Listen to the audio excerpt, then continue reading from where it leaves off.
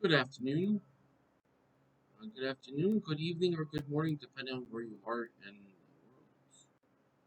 world. I would like to go over three articles for review.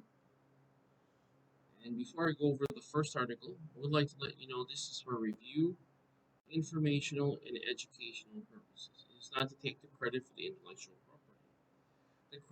The full credit to the intellectual property goes to the publisher, which in this case is Bloomberg, and a story by Ashley Vance. And now to the article. The headline reads: A Google founder is building airships, but you can ride one now in Germany. Some very wealthy people have mega yachts, some have personal blood boys. Some have entire islands.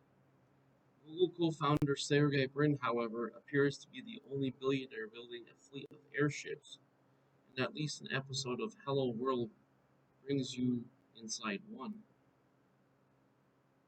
On this episode, over the past few years, Brin has been quietly funding the construction of new, very large airship in Silicon Valley. We take you behind the scenes of an exclusive look at the airship and try to explain why Brin would want to spend $250 million on the creation of such a machine in this day and age. The arrival of a new airship provided a perfect excuse to examine the history of these wonderful creations, even to fly one, and Fried Friedrichshafen, Germany, where the airships rule the skies.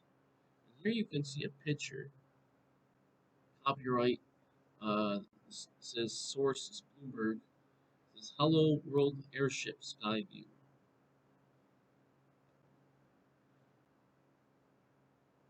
Things you will learn. Speaking of Friedrichshafen, as one does, the city has an incredible and odd history tied to airships. Airship pioneer Ferdinand van Zeppelin performed one of the earliest experimental flights on the shores of Lake Constance, which lies at Friedrichshafen's age. When Count Zeppelin died in 1917, he laid the groundwork for the transfer of his intellectual property to a foundation. The foundation has become quite lucrative with the IP fueling aerospace and automotive empires. A large chunk of the money is funneled back to Friedrichshafen, which bestows its largesse on its citizens. Now here you can see a video which you'll have access to once on this of course at the publishing of this video. As a result, Friedrichshafen is an idyllic place to visit, with lakeside restaurants, walkable streets, and beautiful scenery all around it. Away from Friedrichshafen, back in the US, airships have a long and storied history, too. About 90 years ago, the US military funded the production of giant airships at a facility at Akron, Ohio, or in Akron, Ohio. Some of these aircraft are flown to what is now NASA's Ames in Silicon Valley, where they are housed in giant hangars. Brin's company, LTA Research, has now taken over one of the hangars at NASA's Ames and the giant air dock in Ohio. LTA for lighter, T for air is effectively repeating history only with carbon fiber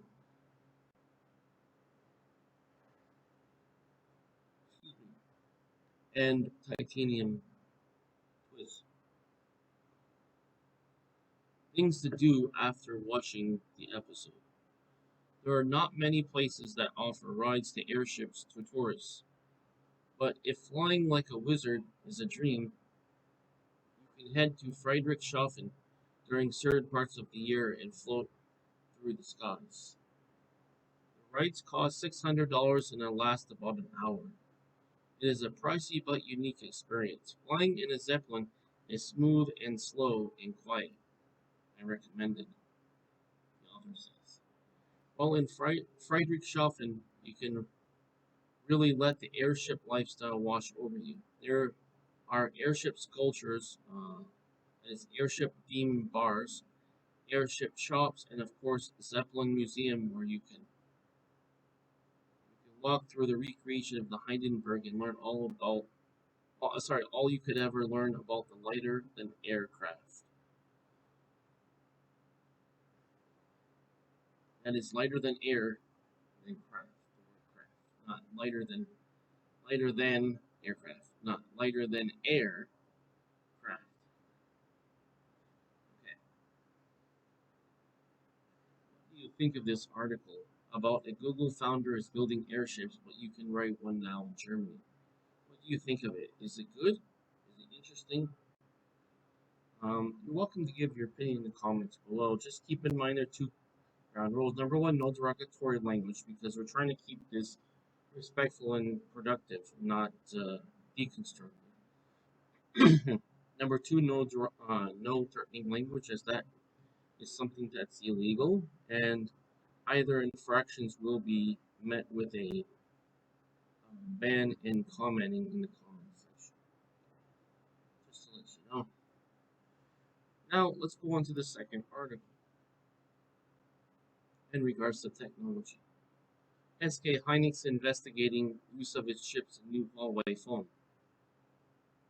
And before I talk about this article, I'd like to let you know that this is for review, informational, and educational purposes. It's not to take the credit for the intellectual property. The full credit to the intellectual property goes to the publisher, in which case is Bloomberg, and the story is by Debbie Wu and Vlad Savov. Okay? That being said, let's get to the article here. Bloomberg, SK Hynix Incorporates open investigation into the use of its chips, the latest phone from Huawei Technology Company, after a teardown of the device revealed its memory and flash storage inside. Shenzhen-based Huawei Mate 60 Pro uses Hynix's LPDDR5 and NAND flash memory, and tech sites who conducted the teardown of the device for Bloomberg News. The handset's components are almost entirely provided by Chinese suppliers, and Hynix hardware is an isolated example of materials sourced from overseas, according to tech. So, if you guys can remember, there's actually a sanction on those chips. I believe. You guys can correct me if I'm wrong about that, but there's a sanction on Chinese chips. Excuse me. There's a sanction on U.S. and other allies chips that are in they're going to be that for China to not use. Hynix shares and Seoul erased gains and close largely changed after the statement. Incheon-based Hynix, quote, no longer does business with Huawei since the introduction of the U.S. restrictions. See that? Restrictions against the company. And in regards to the issue, we started an investigation to find out more details. Unquote. A company spokesperson said in a statement to Bloomberg News on Saturday, quote, SK Hynix is strictly abiding to U.S. government export restrictions. They pretty much have to because if they don't, guess what happens? They will get sanctioned too. As in, or there will be penalties, such as they can't do business in the U.S. market, etc. It's uh, um, it's unclear how Huawei has procured the memory chips from Hynix, whose Chinese base cranks out in an estimated one-third to one-half of DRAM to global markets.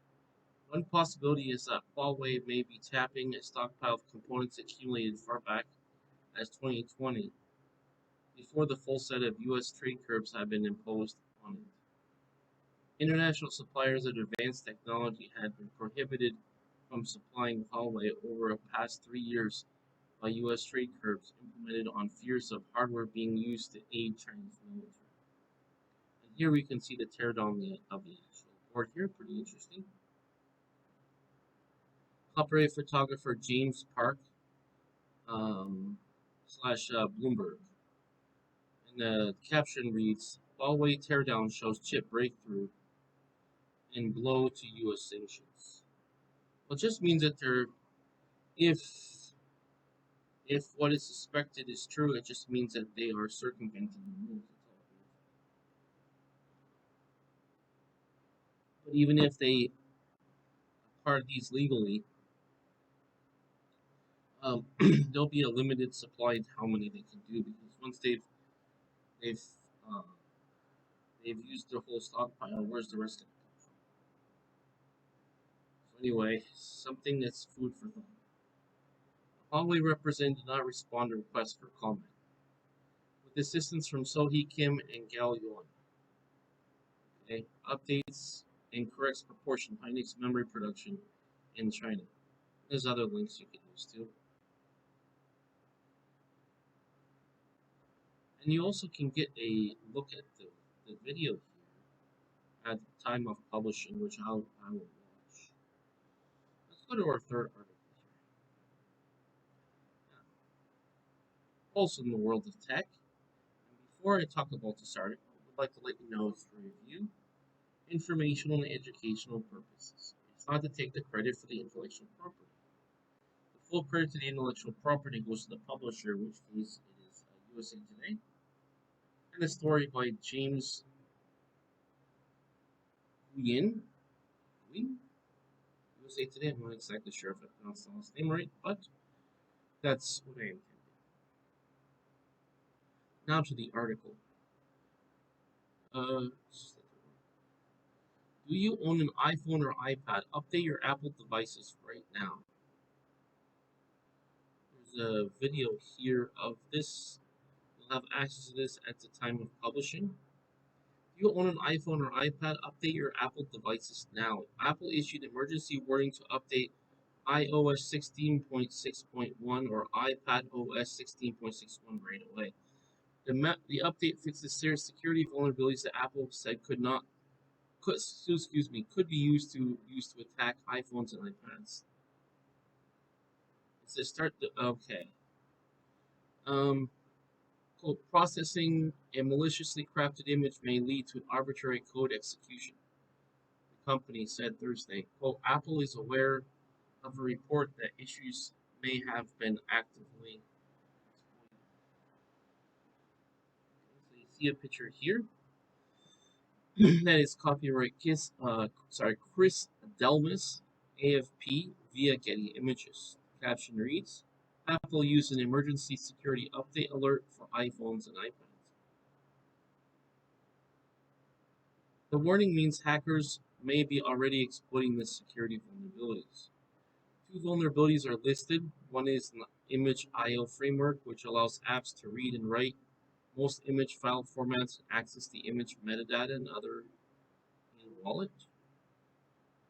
The wallet bug exists in watchOS, and Apple released watchOS 9.6.2 to address the vulnerability. Related security flaws were discovered by the Citizen Lab at the University of Toronto's Munk School.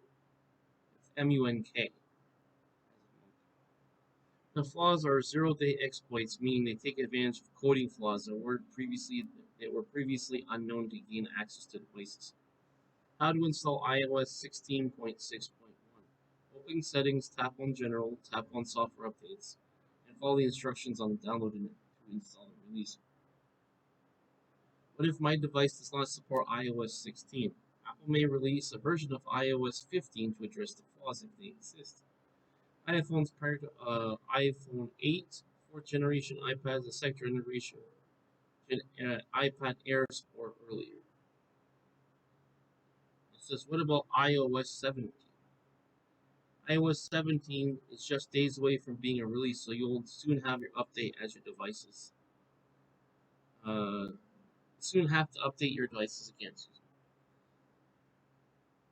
And the article originally appeared in USA Today. Do you own an iPhone or iPad? Update your Apple devices right now. That will end that article.